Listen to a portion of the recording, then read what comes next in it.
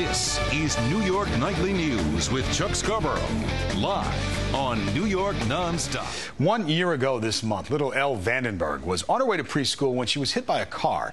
The driver was illegally backing through an intersection against the light to grab a parking space. 3 years old at the time, Elle spent 8 months in the hospital and is still recovering from a massive head trauma and brain damage. But because the driver wasn't drunk, he was issued a traffic summons and was free to go. But that was all the law could do at the time. A few weeks ago, Governor Patterson signed Elle's law in her honor. And here to talk more about the new law is Elle's mom, Heather Vandenberghe. Heather, nice to see you tonight. Good to be here. Heather, were you with Elle that day, or tell us what happened? I was not. It was lunchtime, and she was on her way to school with her babysitter. There were many, many pedestrians around that day, and so this really could have happened to anyone, and unfortunately it happened to Elle. It was, she was crossing on a one-way street. They had even looked both ways, and this gentleman came out of nowhere, backing up York Avenue, backing down the one-way street.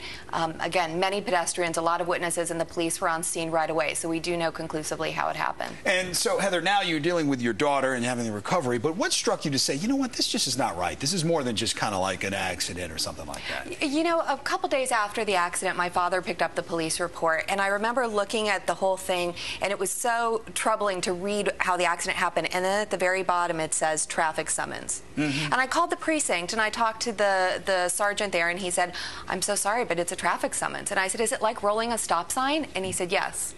And I said, what can I do about this? Is there anything that could be done? Because my daughter is in a coma at this point. She may not live. What can be done for justice to be done here?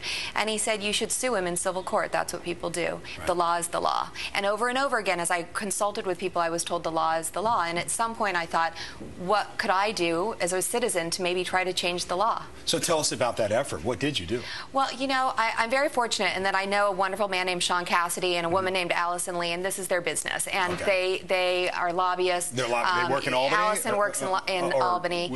And when I told her this story and said, what does someone like me do to pass a law? Could you just give me some advice? She not only gave me the advice, but she actually took the case on pro bono. And so it was very much through her great effort that we were able, I mean, I met my assemblyman, Micah Kellner, immediately, but she got me to meet Senator DeLon and Joe Lentil and some wonderful people in Albany who took this case on immediately and passed the law relatively quickly. In only 2 months, it passed unanimously. I was struck by something in the release. According to 2008 data, there were more than 15,000 pedestrian accidents statewide, with more than 97% resulting in physical injuries. Only 2% involve drugs and alcohol, which is what we tend to think. Exactly. And, you know, 10,000 of those 15,000 are in New York City. So this number is astronomical. You're talking about more than 7,400 people a year being affected by reckless drivers hitting them. I mean, as this happened to Elle, people that I knew, friends or colleagues, would tell me, I was almost hit, or I was hit, or a friend of mine was hit.